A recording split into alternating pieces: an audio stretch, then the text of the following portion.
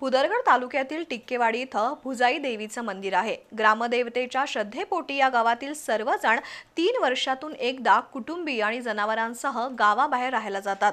गुळ काढण्याची ही परंपरा ग्रामस्थांनी अनेक वर्षांपासून जपली आहे। भुदरगड तालुक्यातील सुमारे 3000 लोकवस्तीचं टिक्केवाडी गाव भुजाई देवीच्या श्रद्धेपोटी गावातील सर्व लोक गावाबाहेर गेलेत। या प्रथेला गुळ काढणं असं म्हणतात। गेल्या अनेक वर्षांपासून या गावात गुळ काढण्याची ही प्रथा पाळली जाते। गुळ काढणं म्हणजे 3 वर्षातून एकदा गावाबाहेर राहायला जाणं असा त्याचा अर्थ आहे।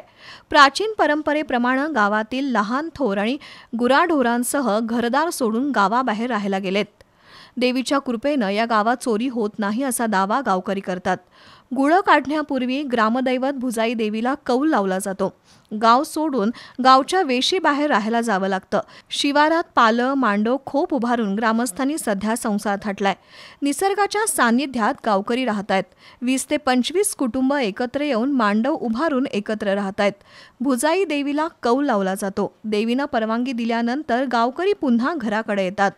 टिक्केवाडीतील या अनोख्या प्रथेची आणि परंपरेची चर्चा तालुक्यात होतीये।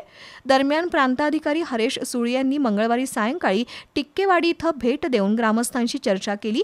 तसंच ग्रामस्थांची गैरसोय होणार नाही यासाठी दक्षता घेण्याच्या सूचना प्रशासनाला दिल्या।